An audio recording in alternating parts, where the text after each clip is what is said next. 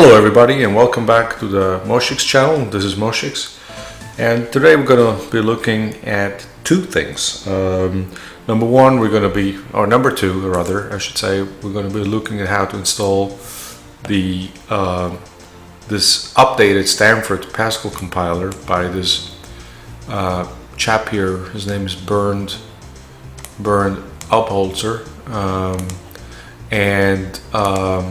he has been working for the last couple of years furiously on updating the old Stanford Pascal compiler into a more modern version of it, and he has been updating it with new features. For instance, you know, now you can have C++ style comments, / comments, and fixing bugs.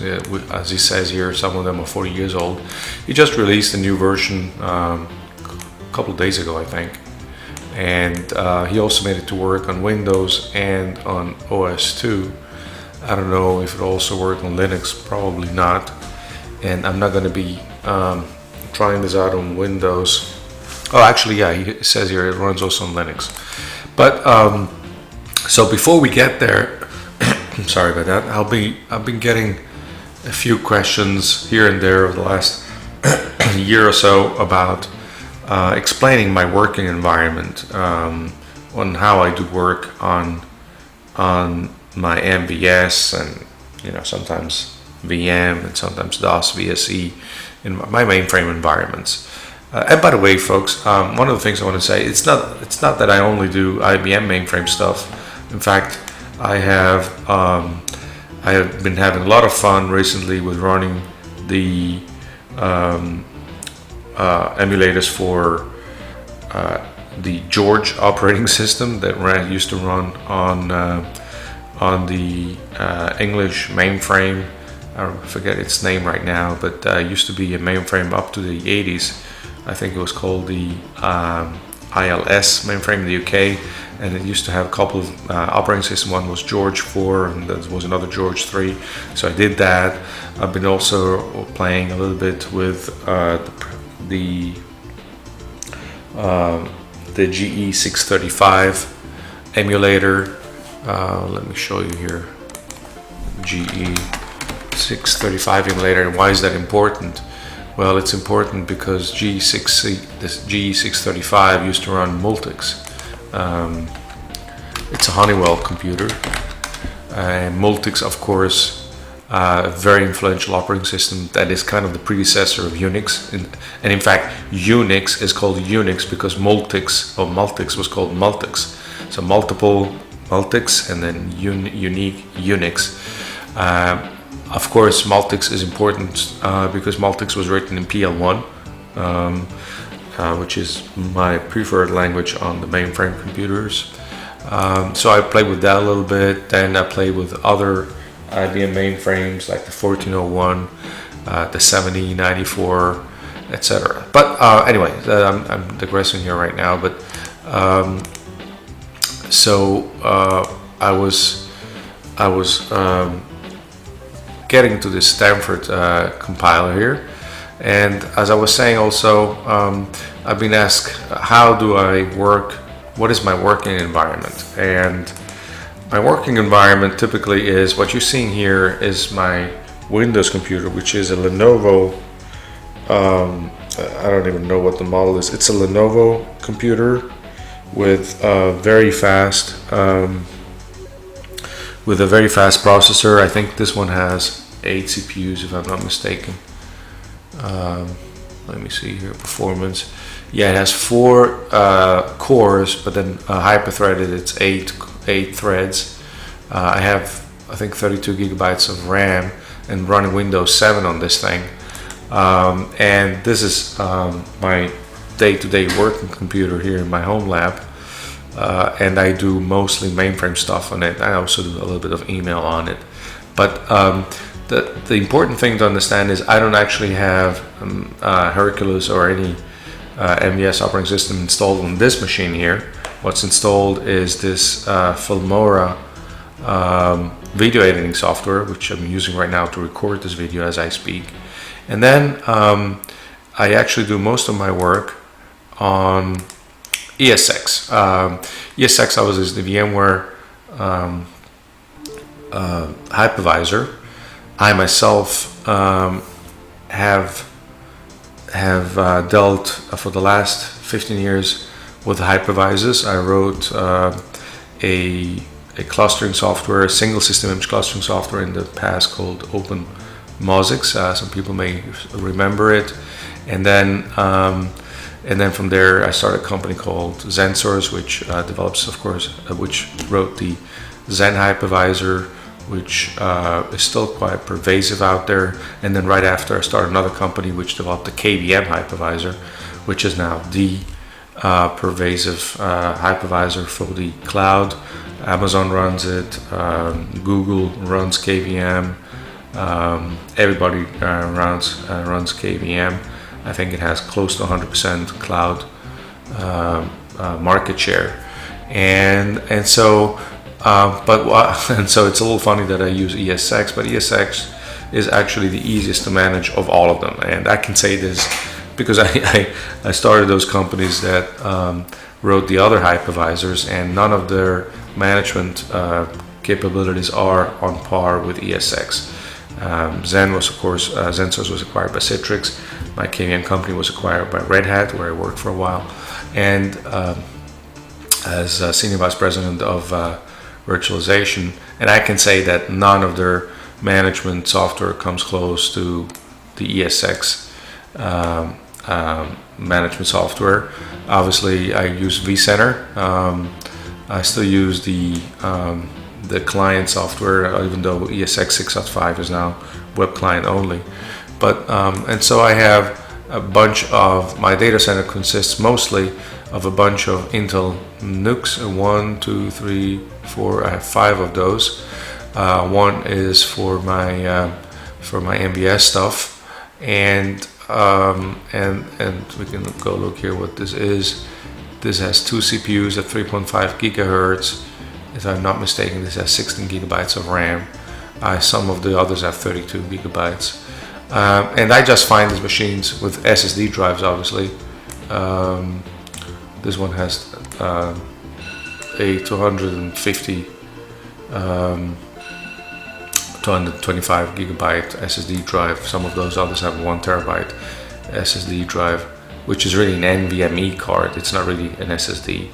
And I find the performance of this machine's just amazing, and that's why I use it for my development and for my mainframe playing. All of this have usually Linux installed. I may have 1 or 2 Windows virtual machines, but that's about it. Yeah, and then I usually install a Ubuntu distribution. I don't like to go with the very latest Ubuntu distribution for the simple reason that the old ones work just fine, and they're less resource hungry. People keep telling me, and I've been doing Linux for over 20 years, and people keep telling me that Linux is less resource hungry than Windows. That may not actually be true, I think. And certainly if I look back, if I use an Ubuntu 14.04 distribution from 2014, and I compare it with an Ubuntu 17.04 from this year, I do the exact same thing, which is run MVS 3.8, the exact same thing. And I'll find that the newer version of Ubuntu uses about 50% more resources. So why should I run the latest version of Ubuntu? I usually install 14.04 these days. I may even go with an older version like a 12.04. They work just perfectly fine. There's no need whatsoever to go with the latest version of Ubuntu or any Linux version. And so then I install that. The good thing is Ubuntu comes with the ESX drive is pre-installed, so VMware, VMware calls them VMware tools. It's just paravirtualized drivers. That's all it really is. And I usually give it 2 CPUs. This is a very fast machine. This NUC here, it's a 3.5 gigahertz i7 with a lot of cache. So that's why I give this machine only 2 CPUs. I give it 6 gigabytes of RAM. I do memory over allocation for all my virtual machines because none of them really use all the RAM. And so, especially if you have the VMware tools installed, which Ubuntu does,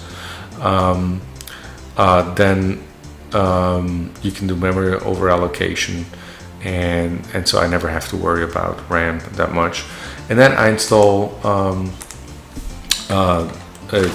Linux, and my main tools are really obviously I log in here as root, which you should never do on a production machine, but and I don't on my production machines, of course. But then I have my main tools are really Screen, which you should absolutely get to know if you do any work on Linux. Screen is just a virtual terminal, so that I can attach to an existing terminal and then Control-A-D detach from it. I can create additional terminals, and I just can go back and forth. Oh, and by the way, this is my AIX machine. I have this AIX server. It's a giant server with, I don't know, I think 4 CPUs and I think 256 gigabytes of RAM, which nowadays doesn't sound so giant anymore, but just 3-4 years ago was still a giant machine.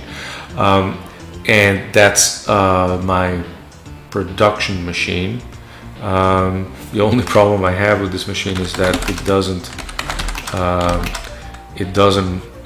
compile Hercules, and the reason is that Hercules apparently doesn't work on big Endian machines, and this is a big Endian machine, obviously.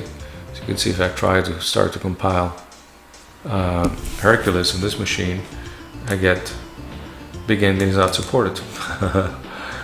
Checking with, so that's the funny thing, that I cannot compile Hercules on an IBM AIX server, but that's just on the side. So I use Screen for everything, and then obviously I have my MVS here. When I do some Go language development, I install Go. What I find amazing in Ubuntu is obviously the ease with which you can install software. So I'm installing the Go language environment here. Takes what 15 to 20 seconds. Try that on Windows. You probably have to reboot 3 or 4 times. So here I go. I have my Go installed here, and I can do block size .go.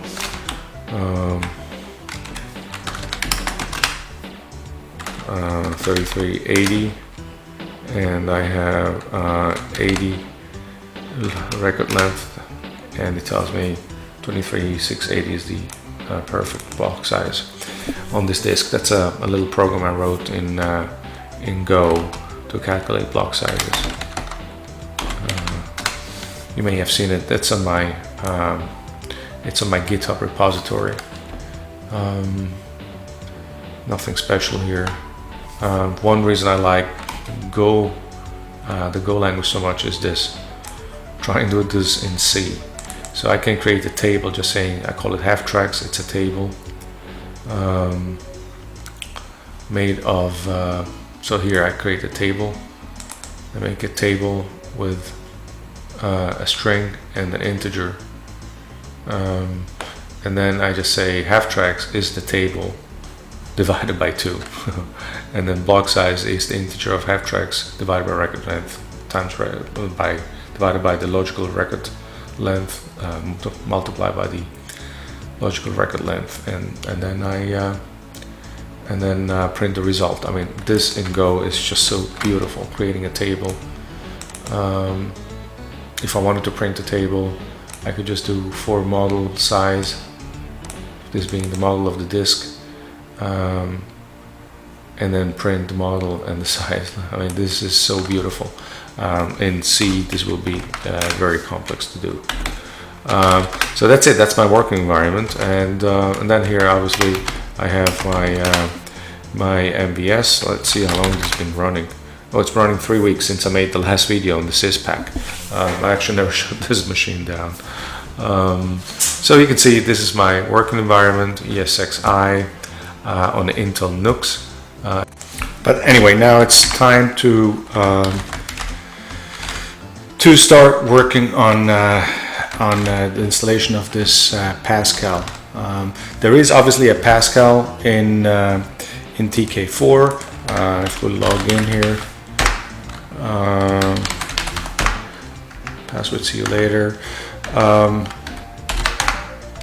If we go to sys2jcl lib, then we can see here an example programmed in Pascal, which we can use later on when we use this new compiler version. Oops.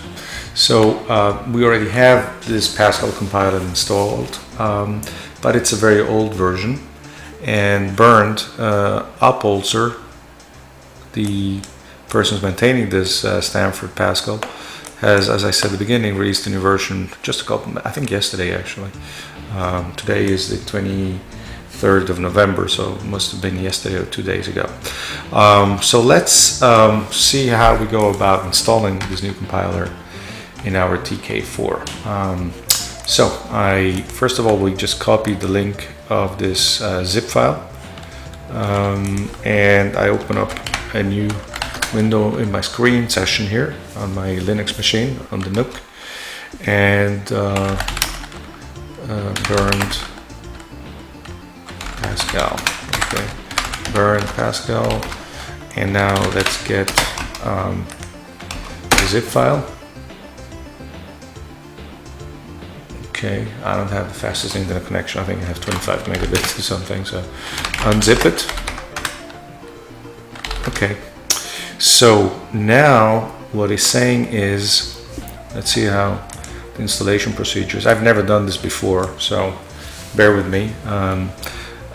Either it will work or we're going to learn something here, but I can't imagine this to be very hard. So the zip file contains subdirectories which are named like MVS datasets.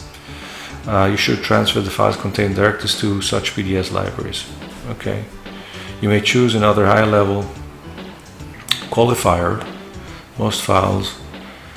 Okay, so I guess we need to start FTP. Where is this is my AX machine. Okay, here it is. So let's see if my FTP is running. No, it's not. So let's start FTPD. Serve port equals 2100. Okay, so that's what you're looking at here. Start, and I put in a dash obviously in front of it because that's a command to the MVS console. If I don't put a dash in the beginning here, then it's going to be a command to Hercules. So we just want to start the FTP daemon here, and it's up and running. Now obviously we need to go and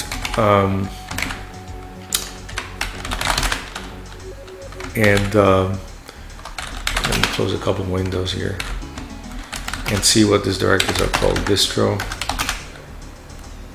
Okay, so these are the data sets that Bernd wants us to create on the system, so we can FTP the stuff over. So let's go and do that. This is not going to be terribly interesting, but let's go to 3.2, which is allocation of data sets, and we call the first one, okay, Pascal. And why do I put in an apostrophe in front of the data set name? Because if I don't, then the high-level qualifier of the user that I'm using, which is Herc01, will be appended at the beginning of the dataset name. So it's going to be Herc01.pascal. So we don't want that. So that's why we need to put an apostrophe in front of it. Pascal.compiler.cntl. Okay, and we want this to be fixed block 80. let's do it 1600. And well, before we do that, let's go see what I don't remember if we have, if this is the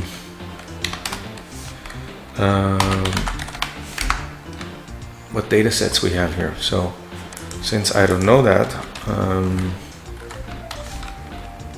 we can do two things. We can go out here and do devol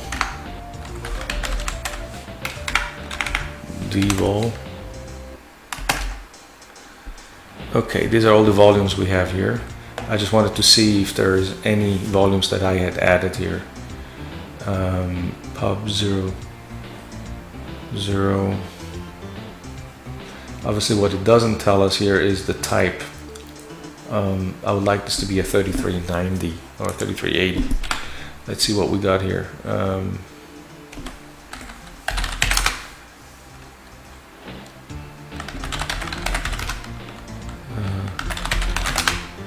Okay, dev list will give me the list of all devices. Okay, here we go. Pub 012 is a 3380 and Pub 03 is a 3390. So let's go for Pub 03. Okay, so I just want to have everything on one volume, and I want it to be big enough. So that's why I'm looking for a big enough data set. So let's see. Pub 03, the 013. Let's see where this is reserved. Tracks. Okay, so looks like we have plenty of space here.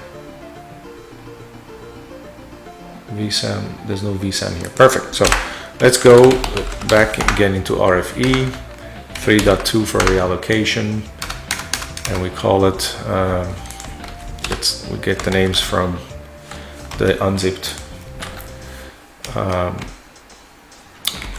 file that I just downloaded. So A for allocate, and then Pascal.compiler.cntl, and then fix block 80 24,000. Volume is going to be Pub 013 3390. We make it 5. I don't know. Let's see how big this stuff is.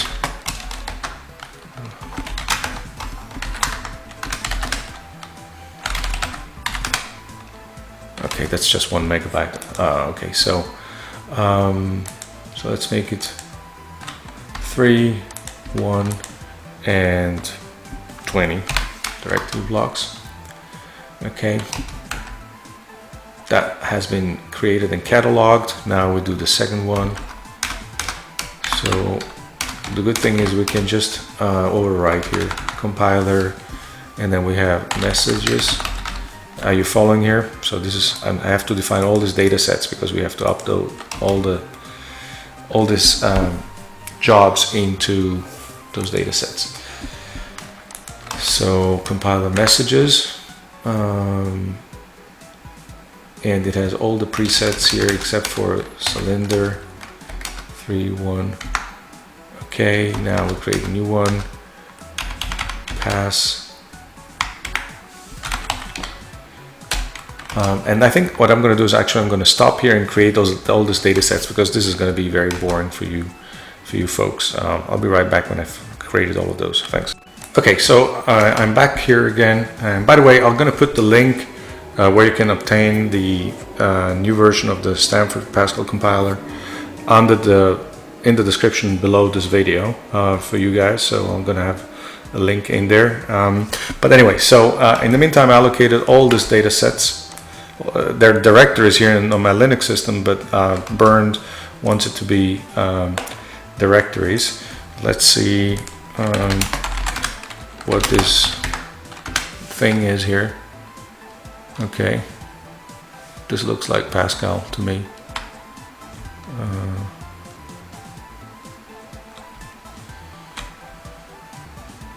Yeah. Oh, I see what this is. yeah.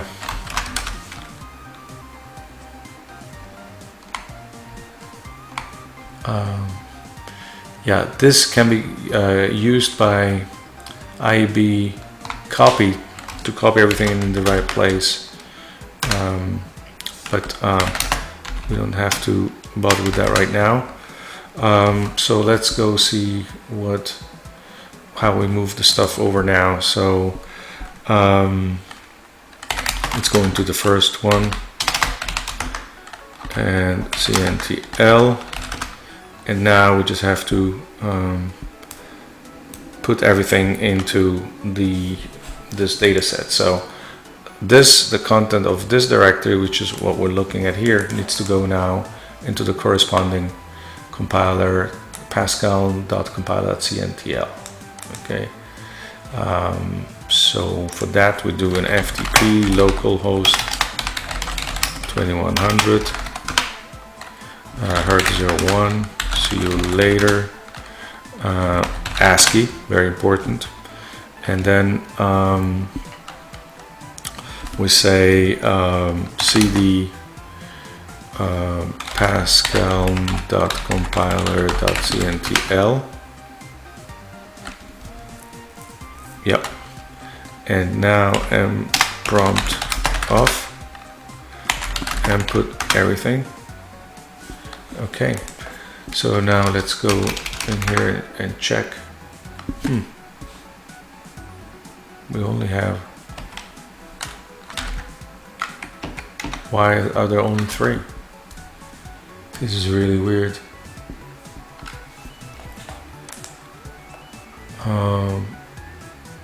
Oh, I see. Because of the extension, the job extension. So what I have to do is I will have to do a little script here to remove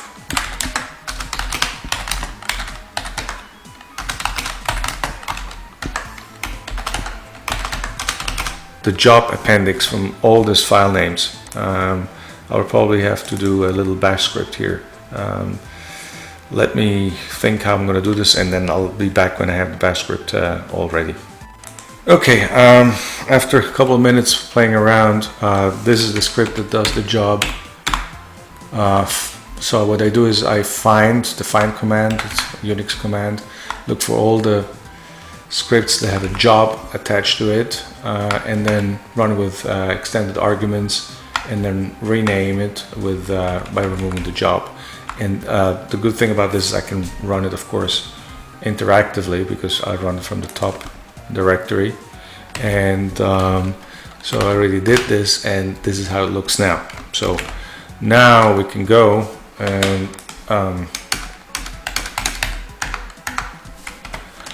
try this again. Where's my, okay. All right. So now if you go in here, you should have, yep, they're all in here. And this all looks pretty good. Okay, so now we go one directory up.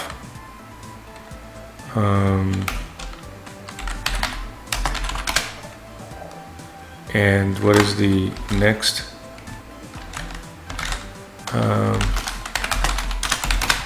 The next one is this.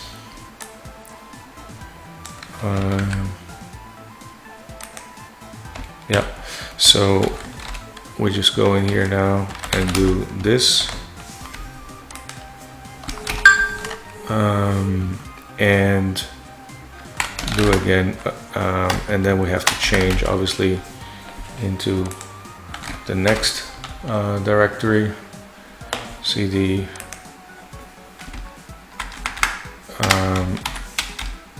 yeah, so I think you get the idea.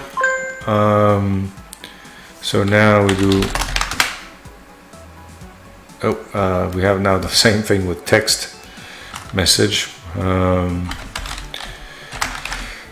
Okay, this is going to be a long thing to get it done properly, so I will not bore you with any of this, but I will just get it done and come back to you when it's all uploaded, because this is going to be as interesting as watching dog turds dry in the hot Texan sun. And welcome back again. So I dealt with this for, I don't know, maybe a good 20 minutes. Very boring work. I don't know why Bernd named his stuff in such a weird way. It's a lot of work. He has all this files also exists within this thing here, but there needs to be a way to extract it, and you know, I would know how to do it in PL1 or in assembler, but it's just going to take too much. So I had to do it manually. And that was boring, but it's all here now, so you don't have to deal with it. That's why I'm doing this for you. And I think what I'll do is I create a new, once I'm finished here and this all works, if it works, I will create a GitHub, and I will put in a link in the description below this video so that you can just download it all cleaned up, and you can just upload it with an any FTP program on your Windows machines. But it's all there now. Okay, so all the stuff is here. By the way, there's also some binary, everything that is text here, that's called text as two such data sets. Those are object modules, so they have to be uploaded in binary format, like this one. So this is all object modules, as you can see. So we have it here. Now let's see what the next step is. Okay, to build load bias for the compiler, start the job install from Pascal. Okay, so we have to go to this first one, CMTL, and there's an install job, and 01 Pascal, message class H for me, please, and let's see what it does. Okay, it creates the load module data sets. This assumes that they don't exist already. That's already not perfect. JCL for installation procedure, you should actually first clean up and not assume anything, and delete data sets that you assume need to be created. But anyway, that's just me. Then he's invoking here the linker.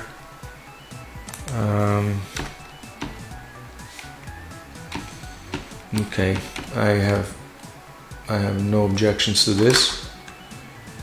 Time, region. Yeah, we can submit this. Job 76. Where's job 76? Didn't go through. Oops. Job not run. Job fail. Why? Format error in the message class field. Okay, message class equals H. Class. I don't see any error here. I don't know what's supposed to be wrong on this one. Class A, message class H.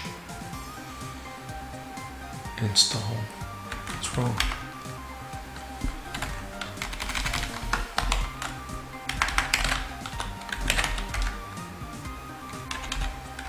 I don't see.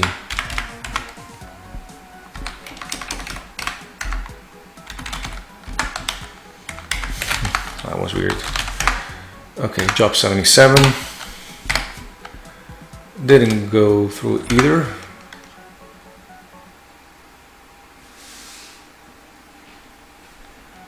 What is the matter with this thing? Source text contains unfilled legal characters. Huh. So by switching to hex mode, we can see what's wrong with this thing here. Oops, yeah, this doesn't look good. This should be a 4-0. Did you catch that? That was weird. Yeah, I would bet this is something that came over from Windows. That's why I don't like Windows. It's a diabolical operating system. Let's see here if this one goes through. I mean, who would know how to catch these things? You need to have some experience to catch things like this. And there's one more. Source contains undefined lookup address in the in 2. Statement number 2 is also not good. Yeah, this guy here. You see this? It's a little hard to see, but 0D is not allowed in the JCL stream. I don't know who put it there. This is going to be very tedious installation if we're going to go on like this.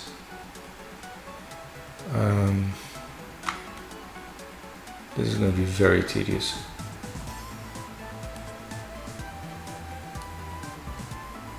Yeah, there's another 0D here.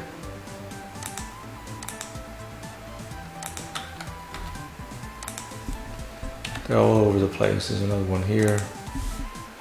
4 zeros blank in EBCDIC code. And this is, I guess, a line.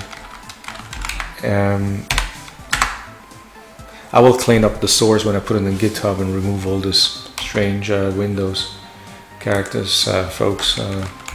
Sorry about this. Bernd, can you clean up your files next time if you're listening? I mean, I like your work, but this is just tedious.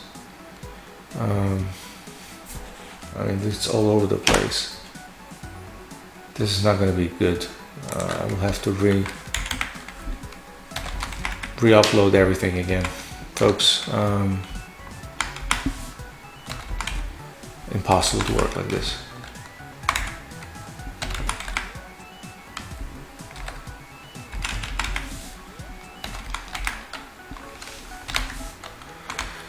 Yeah, I'm gonna have to fix all the dozens of files and remove all these characters. So all this upload was for naught.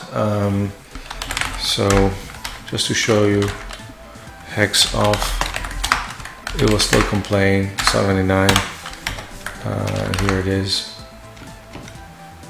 So now it's statement number 3, because obviously there's going to be, yeah, this is obviously not legal.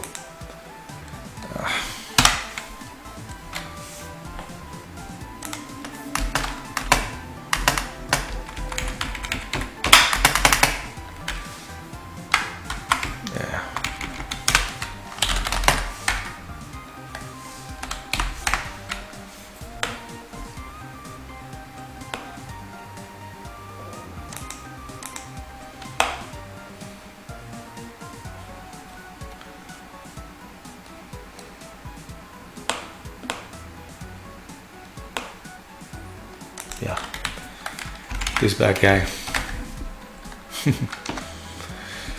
Okay, this is not gonna work. It's full here everywhere.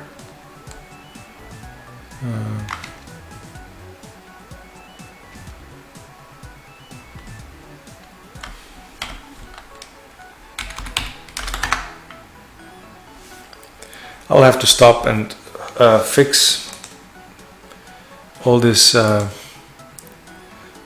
source here and re-upload it again. So I think I'll stop here and get back when it's done. Thank you very much. I'll be right back. Okay, I'm back, and this has been extremely painful. So I cleaned this up. Luckily RFE, the productivity environment we're in here, and RevEdit are so amazing. I could do a find hexadecimal 0D, and it would find all the ones that were there, and that made it easier. Change of it unfortunately does not work with hexadecimal. There's a change, but it only works for clear text. So I got this to run, and there are a couple of 8s here, which is normal according to the according to Bernd, return code 8 from some steps is okay, but final 2 should be 0, which they are. So it created these 2 new data sets. And then what I did is I went to verify Pascal N, and yes, they're here. Where are they? Yeah, this one. Yeah, 23rd of November, which is today. So that went through, and then I tried to run a simple compile, this one, and this one unfortunately didn't go through. It complained on this Pascal P code, which I don't know what this is, and Pascal DBG info. Those data sets are nowhere to be seen, Bernd. What the hell, man? How am I supposed to? I mean, we can try to create it, but this is really not a very good installation procedure, Bernd. If you want people to use your software, make sure it can be installed, and make sure your documentation is more than like 3 paragraphs without any explanation why stuff is missing. So we can try to create it. Pascal, what was it called? Pascal and P code. Okay, allocate P code. I bet you it's FP80.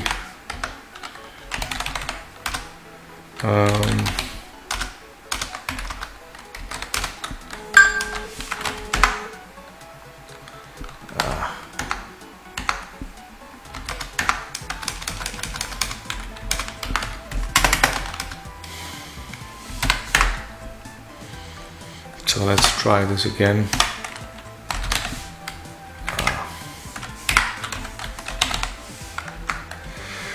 This is way more painful than it should be for the wrong reasons. Drop 82.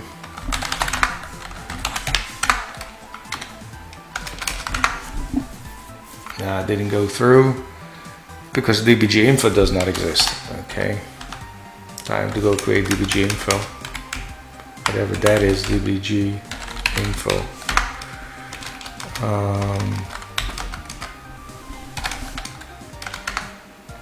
Okay, and we run it again. Job 83. Okay. Oh wow. Invalid input operation, return code 1107, which looks very weird. Never seen a return code 1107. DD statement missing. Yeah, I would say, Bernd, if you're listening, there's still a couple of bugs in your system, especially when it comes to the installation procedure. This is not working, but I guess we learned a couple of things. Obviously, JCL does not like any special characters. That's always something to keep in mind. And the other thing is, for the people that are sending software out there, remember that Windows keeps adding a line feed to the end of every line, and there is a utility called DOS to Unix. Apt install DOS to Unix.